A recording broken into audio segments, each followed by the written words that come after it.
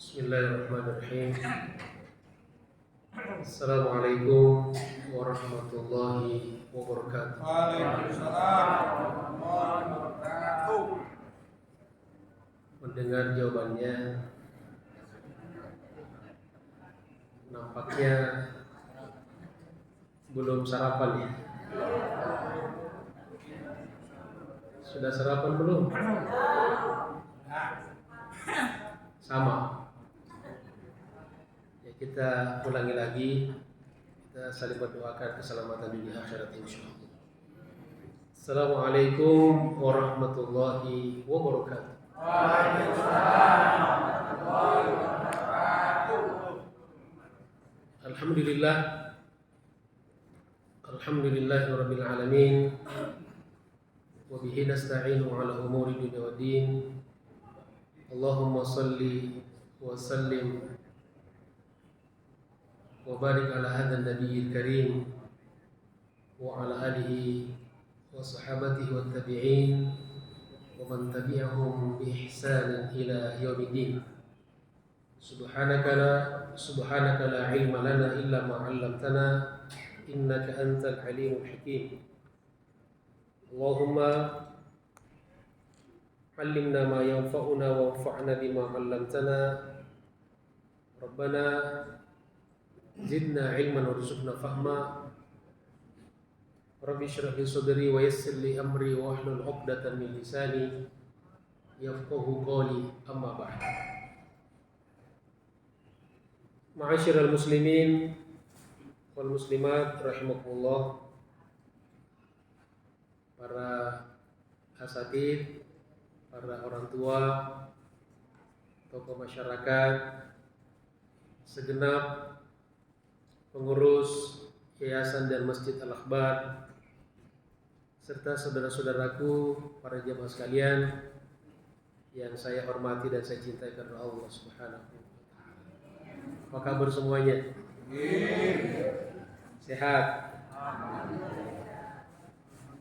Alhamdulillah, kita senantiasa panjatkan puji dan syukur kepada Allah Subhanahu wa taala karena sampai detik ini kita masih diberikan banyak karunia dan nikmat.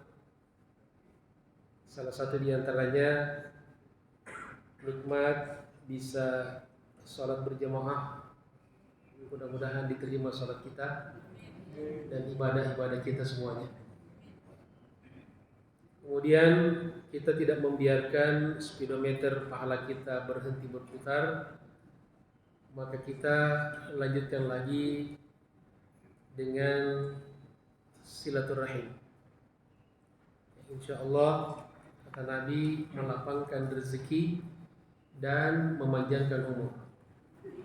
Mudah-mudahan kita semuanya dilapangkan rezeki kita dan dipanjangkan umur kita dalam ketaatan kepadanya. Amin ya rabbal alamin. Kemudian juga kita lanjut lagi dengan ta'lim, yang dengan ta'lim ini insyaallah membuat kita senantiasa berada di jalan Allah Subhanahu wa taala, jalan yang diridhoi oleh Allah Subhanahu wa taala, yang selalu kita minta minimal 17 kali sehari semalam ketika kita mengatakan ihdinas siratal mustaqim. Kata ulama, salah satu makna ihdinas siratal mustaqim adalah jalan yang diridhoi Allah Subhanahu wa taala. Kata Nabi, man kharaja fi talabil ilmi fa huwa fi sabilillah hatta yarji'.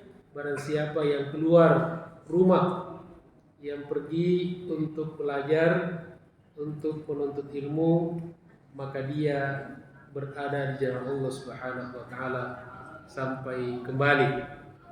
Maka Bapak Ibu sekalian, kalau mau selalu ada di jalan Allah, jangan balik-balik ke rumah ya. Terus mau kemana, masa tinggal di masjid? Ya, kita walaupun balik ke rumah, tapi insyaallah kata ulama, aktivitas seorang hamba Allah itu adalah intiqalun min ibadatin ila ibadah. Perpindahan dari satu ibadah kepada ibadah yang lain. Perpindahan dari satu amal soleh kepada amal soleh yang lain.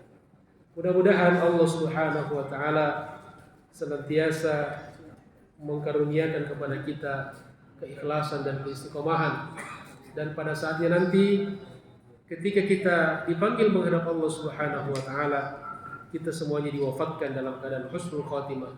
Amin ya rabbal alamin. Saudara-saudaraku yang saya cintai dan saya hormati karena Allah Subhanahu wa taala, insyaallah pada kesempatan ini kajian kita melanjutkan pembahasan dari kitab Khulasatul Nuril Yakin fi Sirati Sayyidil Mursalin yang kita sudah mulai beberapa pekan yang lalu, dan sekarang insyaallah kita lanjutkan.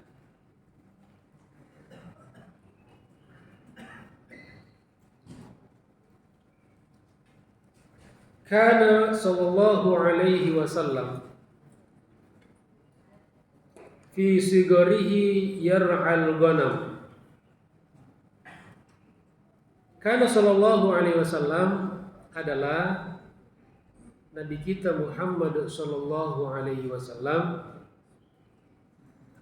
fi sigarihi, pada waktu kecilnya. Nabi Muhammad kecil.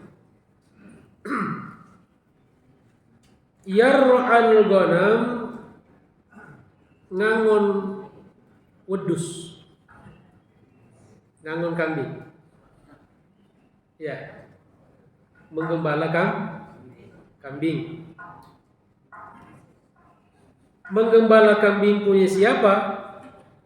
Li ahli Makkah, miliknya orang-orang Makkah.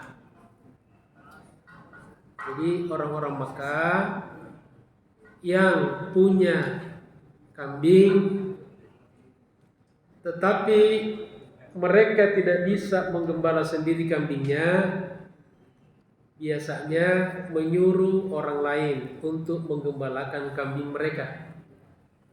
Maka Nabi pun di antara orang yang bekerja menggembalakan kambing orang lain. Jadi bukan kambingnya sendiri.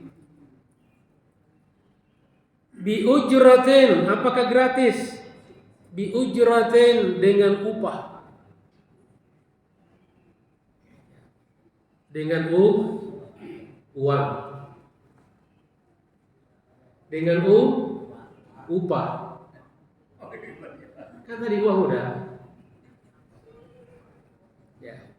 Uang dengan upah kan? Jadi kalau ujroh itu upah. Kalau ajrun pahala. Jadi ternyata dari zaman dulu mempekerjakan orang itu tidak gratis, dengan ujroh. Untuk apa Nabi mengambil upah dari orang-orang yang punya kambing itu? Ya'ishu minha, sebagai nafkah untuk beliau hidup. Masya Allah. Ini kan Nabi kita bukan berasal dari keluarga yang punya. Makanya di surah Duha, wa wajadaka 'ailan fa'aghna. Nabi kita orang miskin, orang tidak punya, tapi dikayakan oleh Allah Subhanahu wa ta'ala. Maka di masa kecilnya Nabi sebagai anak yatim, bukanlah anak orang-orang kaya yang foya-foya, yang minta apapun yang diinginkan dari orang tuanya, seperti anak-anak kita sebagian sekarang. Untuk membiayai hidupnya harus gembala kambing. Coba, itulah Nabi kita Muhammad SAW. Jadi Nabi kita bukan anak mani, bukan anak manja, penggembala kambing. Ada juga sekarang orang mandiri. Saya mandiri, artinya banyak tabungannya di bank mandiri. Ya Pak ya, itu beda lagi Pak. Walamma balagat tasi'ata min umrihi, tatkala beliau mencapai usia 9 tahun. Berapa tahun, Bu? Berapa tahun, Pak? 9 tahun. Safara ila Syami, beliau mengadakan safar, perjalanan kemana? Ke negeri Syam. Kemana Bapak Ibu? Negeri Syam. Shin. Shin. Insya Allah. Ya, Syam. Ada yang nanya, Ustaz, Syam itu di mana? Nah, itu di Pondok Gede belok kiri. Bukan. Syam itu sekarang menjadi 4 negara. Palestina, Suria, Yordania, Lebanon. Apa? Palestina, Suria, Yordania, Lebanon. Dulu negara-negara itu, wilayah itu dikenal dengan apa? Syam.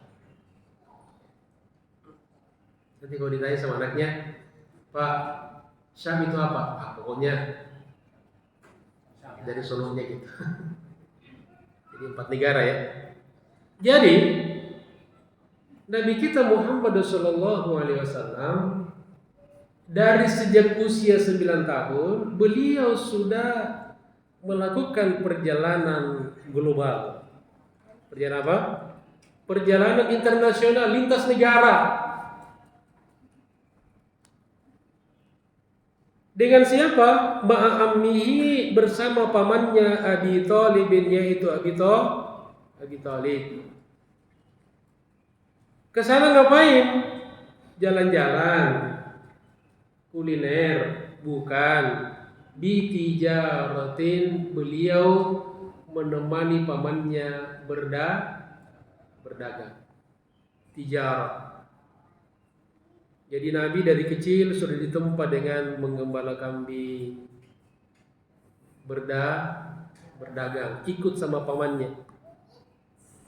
Jadi kalau ada anak-anak kita jemaah yang suka ikut-ikut pamannya dagang ke sawah, ke kebun, itu sunnah Nabi kita Muhammad sallallahu alaihi wasallam. Nabi ditempa dengan itu. Nabi bukan anak manja. Nabi bukan anak yang di kamarnya main HP sepanjang hari. Lalu kadang-kadang ketawa, kik. Ya. Walamma qaruba min Busra, ketika beliau sampai di dekat Busra.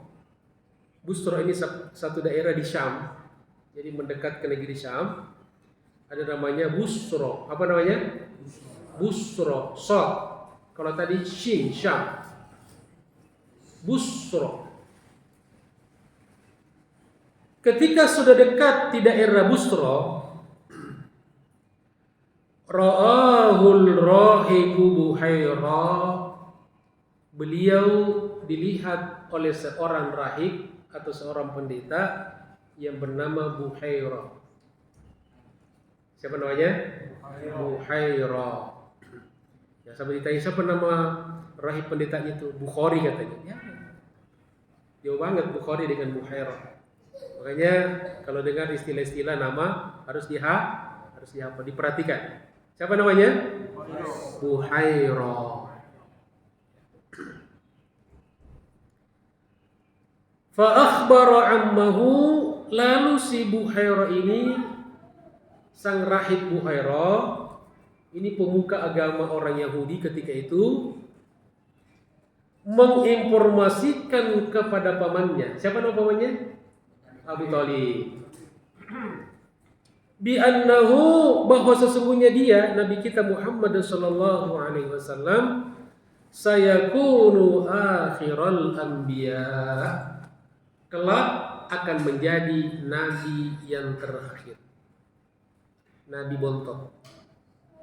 Jadi begitu pendeta rahib melihat Nabi kecil usia 9 tahun, maka Buhaira menyampaikan kepada pamannya yang menemani ketika itu bahwa anak itu Muhammad maksudnya kelak akan menjadi nabi terakhir.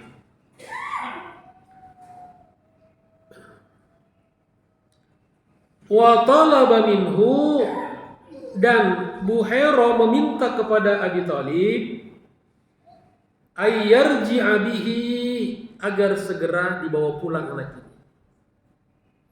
Kenapa? Orang mau dagang kok dia bawa pulang. Khaufan alaihi, takut, karena takut atas Nabi kita Muhammad sallallahu alaihi wasallam yang ketika itu usianya berapa tahun? 9 tahun. Min aduwin yataraqqabuhu, dari musuh yang senantiasa mengintai ingin membunuhnya. Masya Allah. Jadi Nabi kita ini dari kecil sudah dikejar-kejar, sudah diincar, dikejar, diincar. Sudah dikriminalisasi. Ya Pak ya. Jadi Nabi kita Muhammad dari usia kecil sudah dikriminalisasi. Kenapa? Bagi mereka yang tahu kalau beliau akan menjadi nabi akhir zaman.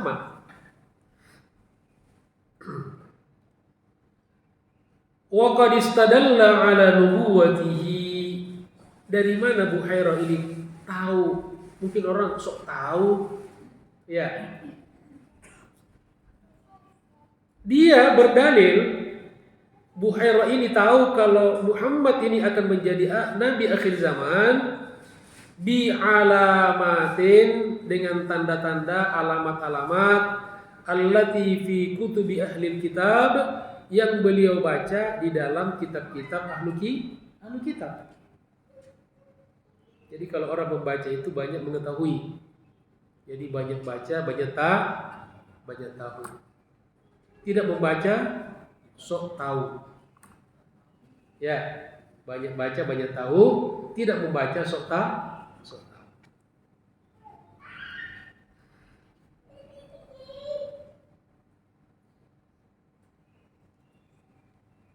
Wa fil khamisati wal 20 min umrihi, pada waktu usia beliau 25 tahun. Berapa tahun Bapak Ibu? 25. Tadi berapa sebelumnya? 9 tahun. Subhanallah, jemaah di sini perhatikan betul. Di tempat lain kalau saya tanya awal katanya.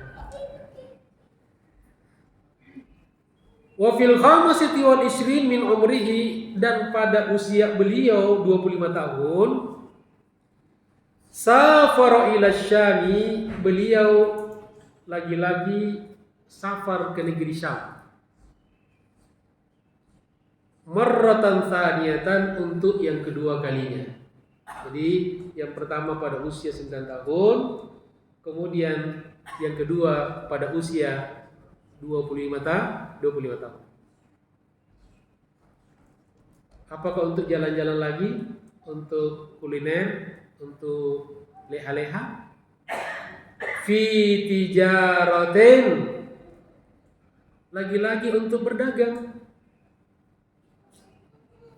Kalau yang pertama tadi di usia 9 tahun ikut mengelola, membantu perdagangan pamannya Abu Thalib, sekarang fi tijaratin, di dalam bisnis perdagangan lisayyidati Khadijah, yang dimiliki, yang ownernya, pemiliknya adalah Nyonya Khadijah.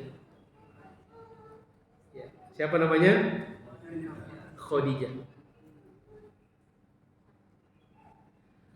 Wa kanat dza syarafin wa malin. Khadijah ini adalah orang yang terhormat, seorang wanita yang terpandang. Wa malin, dan punya mal, punya harta, mall. Ya. Punya mall ya. Mall itu artinya harta. Jadi beliau punya harta, orang kaya. Tastajirur rijala fi maliha, karena begitu berkembang bisnis perdagangannya, maka Khadijah mempekerjakan banyak laki-laki pegawai. Jadi istilah mengupah orang, mempekerjakan orang jadi pegawai lalu diberikan gaji, itu sudah dari dulu sudah ada.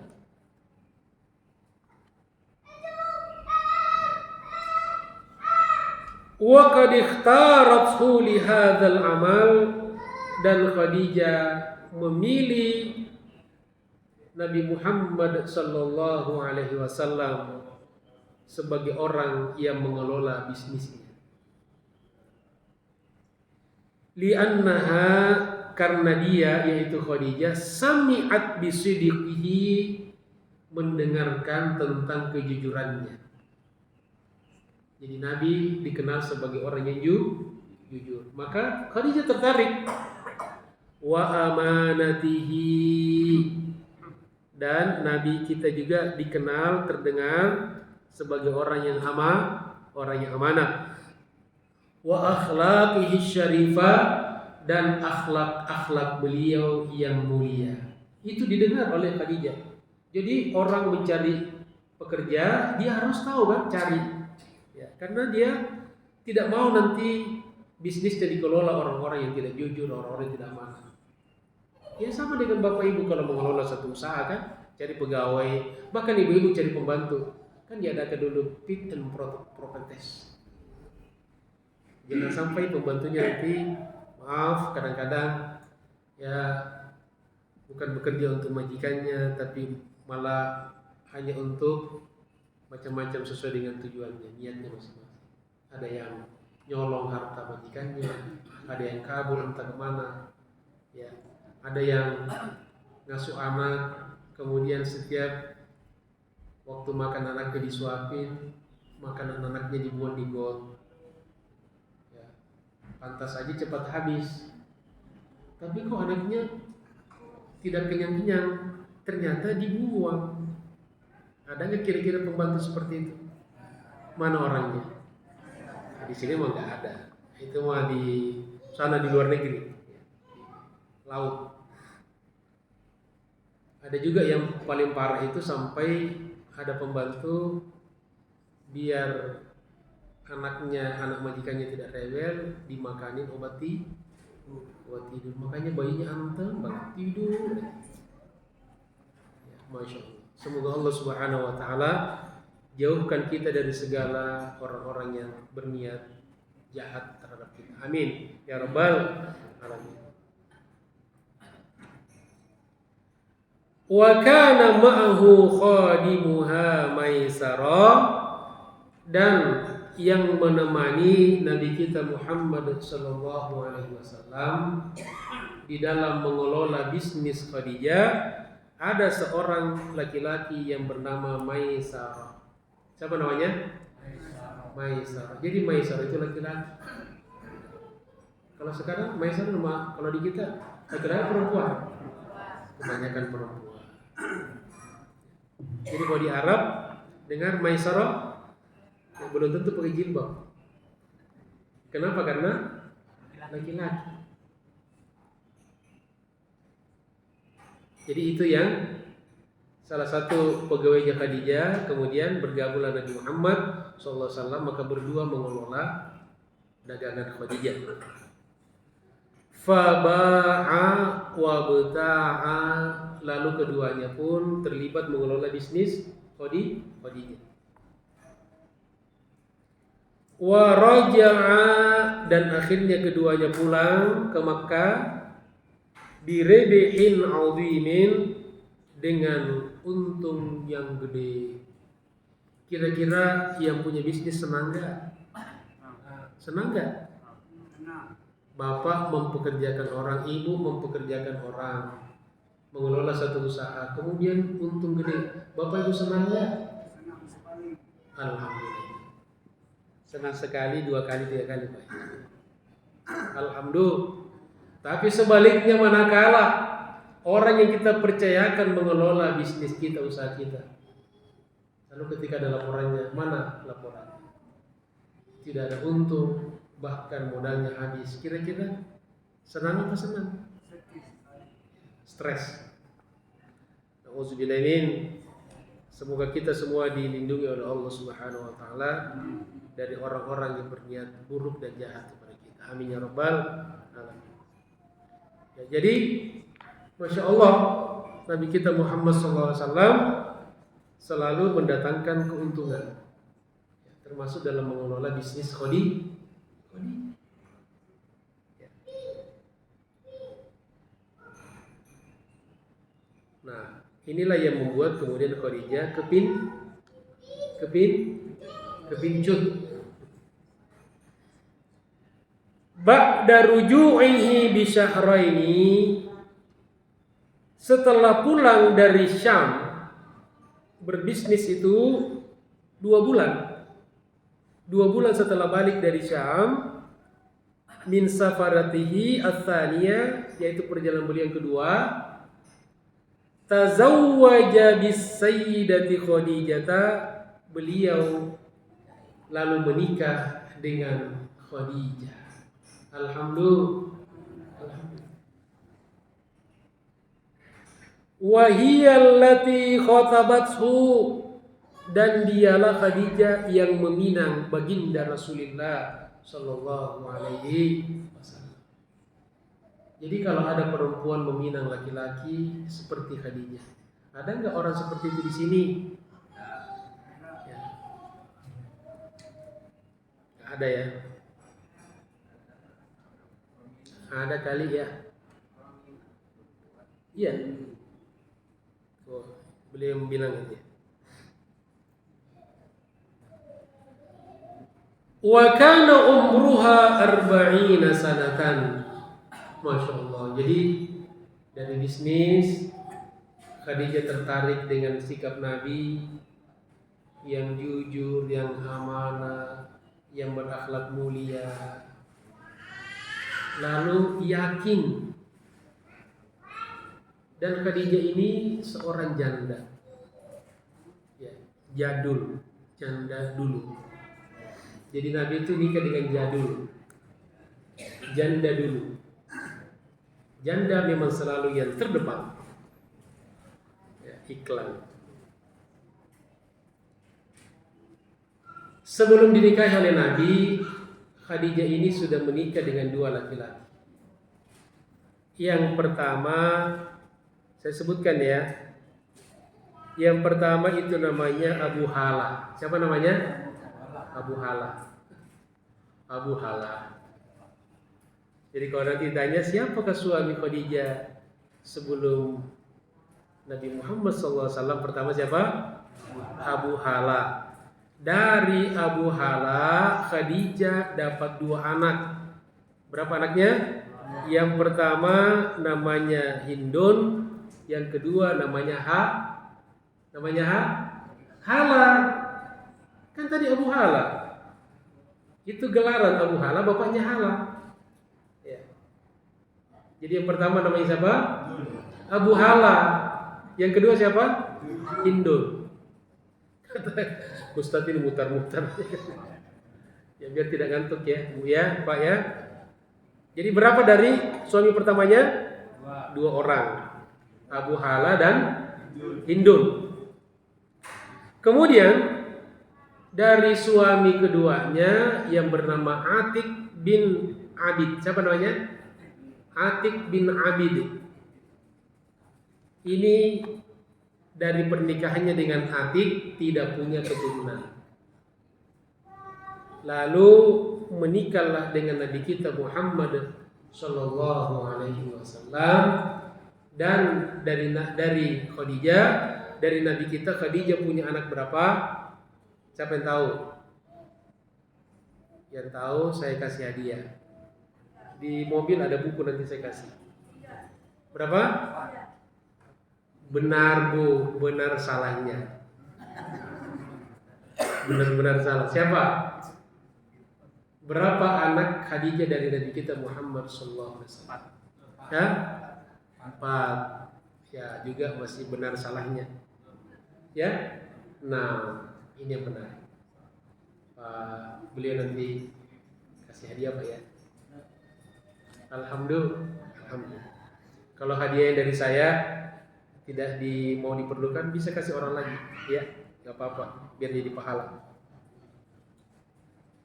Ya. Oke, jemaah sekalian dirahmati Allah Subhanahu wa taala. Wa kana umruha 40 sanatan, dan umur Khadijah ketika itu 40 tahun. Berapa tahun? Wa umruhu sallallahu alaihi wasallam, sedangkan umur Nabi kita Muhammad sallallahu alaihi wasallam 25 sanatan, yaitu 25 tahun. Selisih berapa umurnya? 15 tahun. Ya. Ada nggak orang sekarang menikah selisihnya 15 tahun?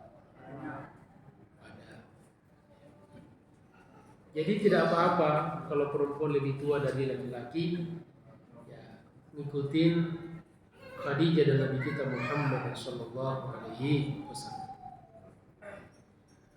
Wa kanat qablahu mutazawwijatan bi Abi Halah, dan sebelum menikah dengan Nabi sudah menikah dengan Abu Halah dan Atik seperti yang saya sampaikan tadi. Wa qad mata bla bla bla dan seterusnya sudah saya jelaskan tadi. Alhamdulillah.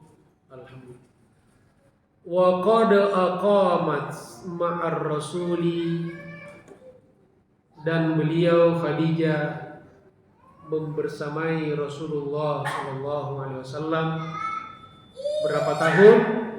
25 sanatan, selama 25 tahun. Jadi berumah tangga dengan Nabi kita Muhammad SAW selama 25 tahun. Kalau usia pernikahan 25 itu namanya apa? Perak. Kalau 50 tahun apa namanya? Emas. Kalau 100 tahun apa namanya? Almarhum. Udah mati lah. Ya, almarhum dan almarhum. Maka kalau ada yang usia pernikahannya sampai 50 dikatakan emas. Alhamdulillah, karena jarang-jarang ada yang mencapai 50 tahun. 100 tahun nggak ada, apalagi sekarang jarang-jarang. Karena kalau usia pernikahan 100 tahun, maka dia umurnya harus lebih 100 tahun. Paling tidak 125, ya kan? 120.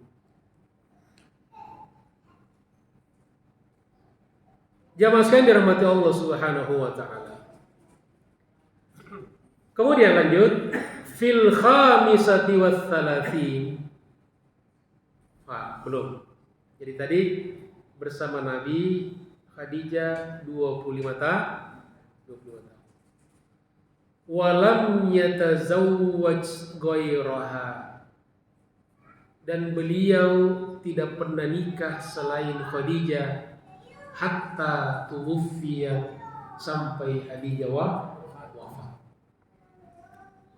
Jadi tunggal dengan Khadijah. Jadi mulai Nabi itu menikah dengan wanita lain itu sepeninggal Khadijah. Inilah dalil kebanyakan ibu-ibu ketika suaminya mau nikah.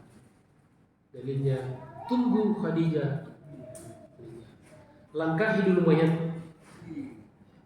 seperti Khadijah.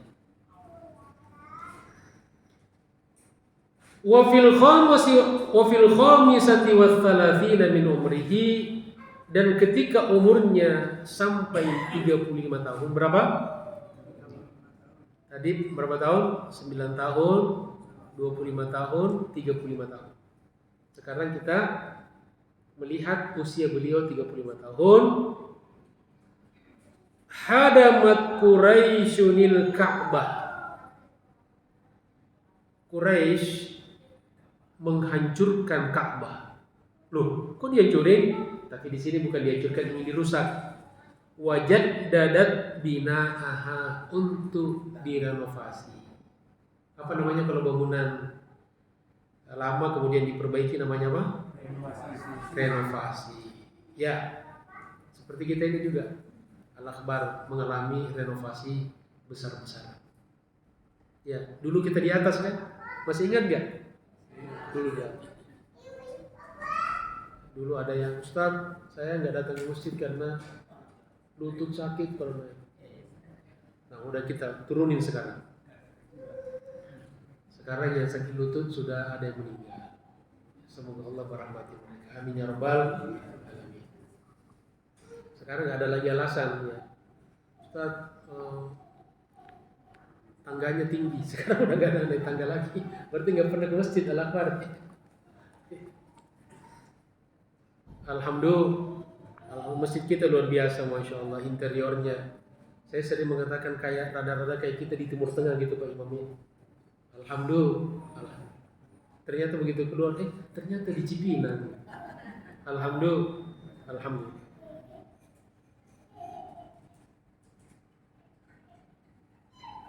Tadi sampai di mana ya? Oh iya. Kemudian Quraisy merobohkan Ka'bah untuk merenovasinya. Wa qad ishtaraka ma'ahum sallallahu alaihi wasallam fi bina'iha, dan Nabi kita Muhammad sallallahu alaihi wasallam pun ikut ambil bagian, punya andil di dalam renovasi Ka'bah itu. Wa kana yahmilul hijarah, beliau juga ngangkat batu, masya Allah. Jadi kuli, ya, bantu ma'asyrafi Quraisyin, bahkan bersama tokoh-tokoh pembesar Quraisy. Jadi pembesar Quraisy, tokoh-tokoh itu kalau bangun masjid bukan ongkang-ongkang kaki saja, ikut bantu. Kalau nggak bisa angkat batu, beli batunya dong, ya nggak? Alhamdulillah. Nah, di sini kita banyak yang tidak angkat batu tapi beli batu. Itu lebih hebat lagi.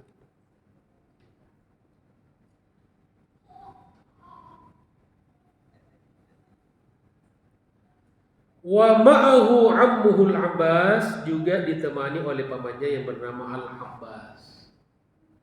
Jadi paman Nabi ini, ya, itu dengan bapaknya Nabi 10 bersaudara. Berapa bersaudara? Bapaknya Nabi Abdullah itu berapa bersaudara? 10, dan semuanya laki-laki. Jadi Abdul Muttalib ini memang pejantan, laki-laki semua. Dan masih ingat ceritanya Bapak Ibu sekalian? Ya.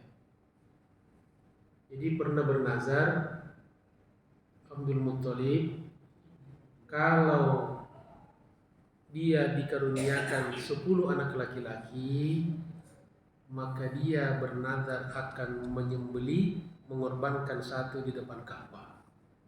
Zaman jahiliyah kan? Kemudian lahirlah anak yang ke-10, yaitu Abdullah, bapak Nabi kita Muhammad sallallahu alaihi wasallam. Karena dia bernazar, maka dia menepati janjinya.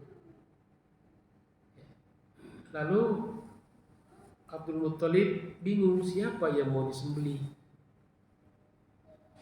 Ya, mungkin adik-adiknya bilang yang mana aja, yang tua-tuaan. Yang tua katanya enak aja, kamu yang baru nongol gitu. Saling tunjuk-tunjukkan, bisa mati tunjuk-tunjukkan kan. Ya udah, nomor 1 aja yang paling tua. Enak aja katanya. Itu yang kedua tuh yang rada nakal dikit, mungkin begitu ya. Enggak, yang ketiga aja adeknya gitu, sampai tunjuk-tunjuk. Enggak kelar-kelar, pusing. Tidak, pusing gitu. Akhirnya apa? Ya, dia datang orang-orang pintar pada zaman jahiliyah itu, lalu diusulkanlah diundi. Di apa? Diundi. Diundilah. Pertama yang keluar namanya Abdullah. Siapa yang keluar? Abdullah, bapaknya Nabi kita Muhammad sallallahu alaihi wasallam. Lalu diusulkan lagi. Kasihan ya bontot. Diulang. Ya, ulang. Dikocok lagi, keluar Abdullah. Kasihan ya anak kecil, masa dia yang, lalu banyak yang ngusulin, pembesar Quraisy, ulang lagi sampai 10 kali, sampai 9 kali selalu namanya Abdullah yang keluar. ke-10 kalinya lah baru bukan namanya. Dan ila akhir cerita itu. Tapi kemudian tidak jadi disembelih anak-anak karena dilarang oleh suku Quraisy, dan sampai yang ke-10 kalinya ketika nama Abdullah keluar maka diusulkanlah bahwa jangan Abdullah yang disembelih, tapi cukup dengan diganti 100 ekor unta. Dan berbondong-bondonglah saling membawa orang-orang Quraisy untuk mengumpulkan uang demi menyelamatkan Abdullah yang kemudian dari dialah lahir Nabi kita Muhammad SAW. Kata ulama, disitulah Allah sudah menjaga Nabi kita Muhammad SAW. Seandainya Allah tidak menjaga, kita tidak punya Nabi Muhammad SAW. Sampai diundi 10 kali, yang mestinya sudah disembelih, kemudian diganti. Quraisy yang tadinya setuju tidak setuju karena kasihan, dan mereka mengusulkan agar diganti dengan hewan. Dan itulah yang sampai sekarang menjadi sunnah kita di dalam menyembelih binatang, terutama dalam kurban. Termasuk juga akikah. Itu semua ada kaitannya dengan persoalan penyembelihan atau nazar penyembelihan ayah dari Nabi kita Muhammad sallallahu alaihi wasallam. Jamaah sekalian, saudara-saudara yang saya cintai dan saya hormati karena Allah Subhanahu wa taala. Wahtalafat Quraisyun. Lalu di tengah-tengah renovasi Ka'bah, ya, makanya Ka'bah ini Bapak Ibu itu sekarang modelnya, yang sekarang itu model baru. Dulunya itu Hijr Ismail masuk di bagian Ka'bah. Ya. Jadi makanya kalau kita tawaf tidak boleh masuk di Hijr Ismail yang ada lengkungan itu ya. Karena itu aslinya dulunya adalah bagian dari Ka'bah. Jadi bangunan Ka'bah sekarang itu hasil renovasi.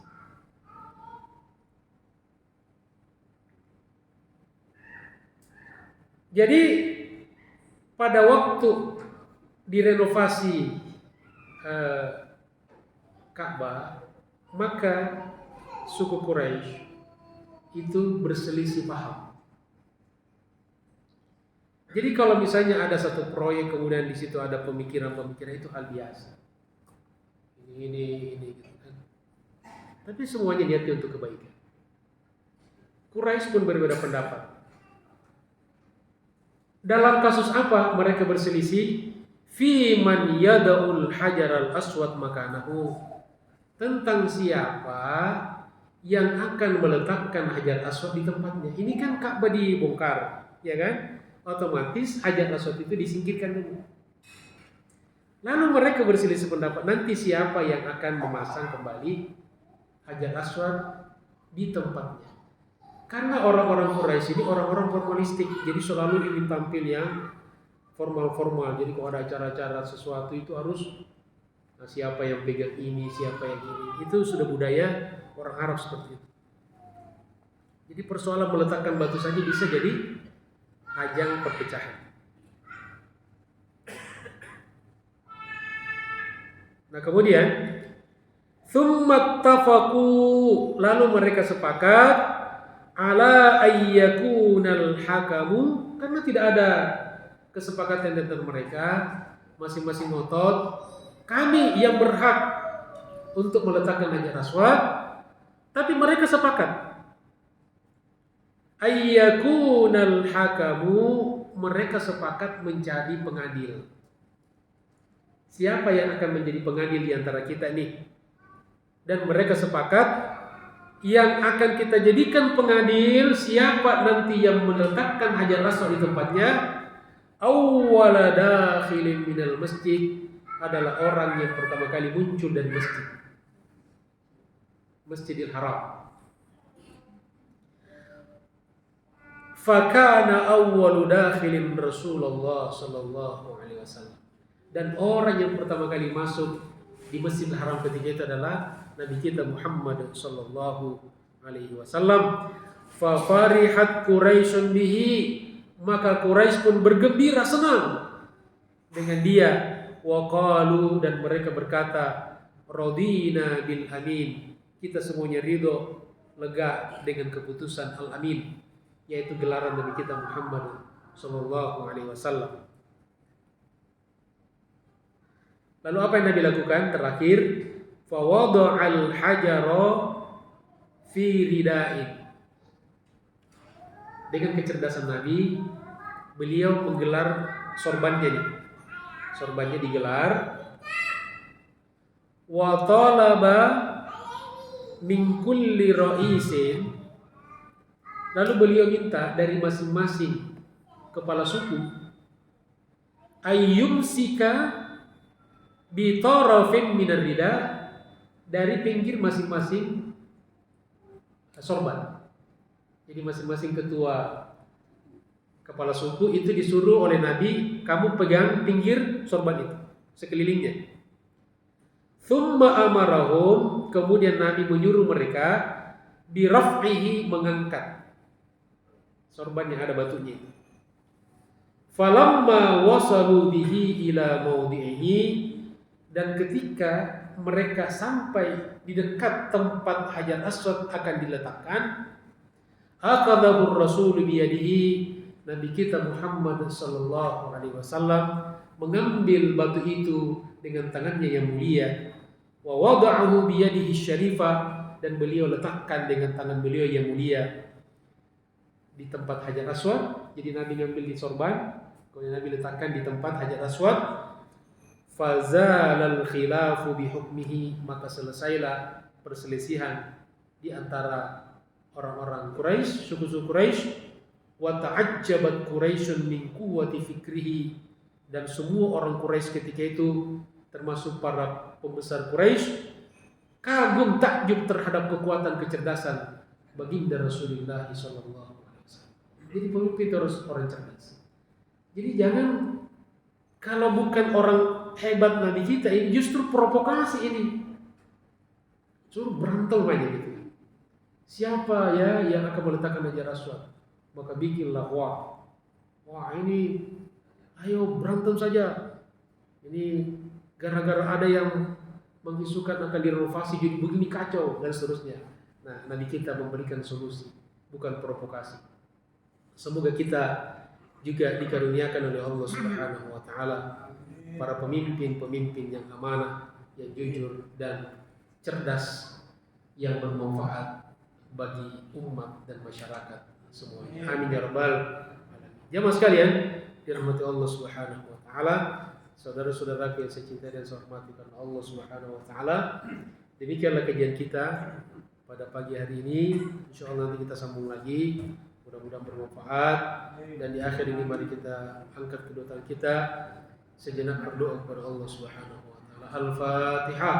A'udzu billahi minasyaitonir rajim. Bismillahirrahmanirrahim.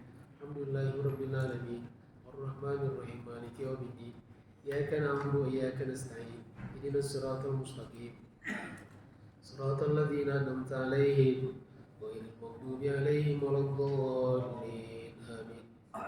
اللهم صل وسلم على سيدنا محمد صلاة تنجينا بها من جميع الأهوال والآفات وتقضي لنا بها جميع الحاجات وتطهرنا بها من جميع السيئات وترفعنا بها عندك أعلى درجات تبلغنا بها أقصى الغايات من جميع الخيرات في الحياة وبعد الممات إنك سميع قريب مجيب الدعوات ويا قاضي الحاجات.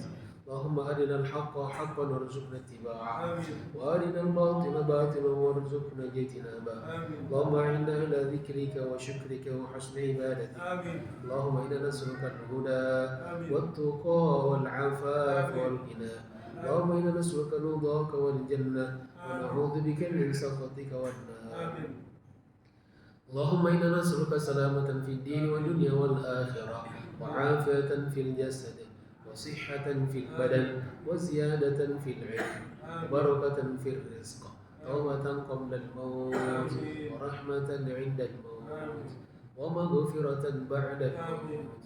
اللهم هون علينا في سكرات الموت والنجاة من النار والعفو عند الحساب. ربنا اغفر لنا ولوالدينا وارحمهم كما ربنا صغارا. لجميع المسلمين والمسلمات والمؤمنين والمؤمنات الأحياء منهم والأموات. ولا تجعل في قلوبنا غلا للذين آمنوا ربنا إنك رؤوف رحيم. ولا تجعل الدنيا أكبر همنا ولا مبلغ علمنا ولا إلى النار مصيرنا. واجعل الجنة هي دارنا وقرارنا ومستقرنا يا رب العالمين.